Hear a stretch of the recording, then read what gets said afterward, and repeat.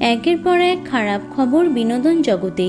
কিছু মাস আগেই জানা গেছিল বিরল রোগে ভুগছেন জনপ্রিয় গায়িকা অলকা ইয়াগনিক, যার কারণে শ্রবণ শক্তি হারিয়েছেন তিনি।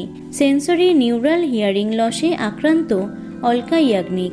চিকিৎসা চলছে, তবে এখনও সুস্থ নন তিনি।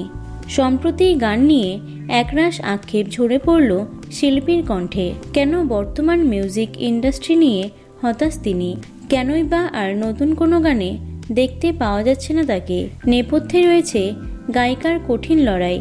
এই শারীরিক অসুস্থতার কারণেই এখন আর নতুন কোনো রেকর্ডিং করতে পারছেন না তিনি। অনেক সুরকার তার কাছে প্রস্তাব নিয়ে এলেও শিল্পী তা ফিরিয়ে দিতে বাধ্য হচ্ছেন।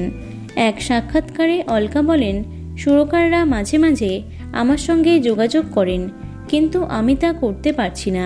2024-এ ইমতিয়াজ আলীর অমর সিং চমকিলা ছবিতে AR রহমানের সুরে শেষবার তার কণ্ঠ শোনা গেছিল।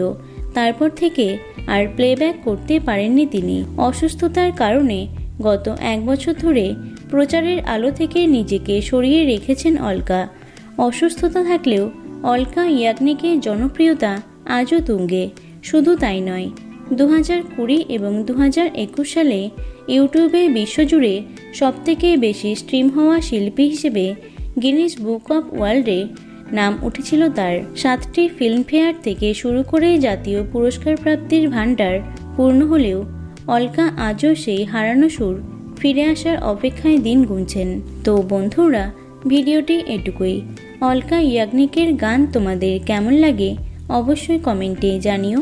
ভিডিওটি লাইক এবং শেয়ার করো। এছাড়াও টলি দুনিয়ার অন্যান্য খবর পেতে চ্যানেলটি অবশ্যই সাবস্ক্রাইব করে রেখো। ধন্যবাদ।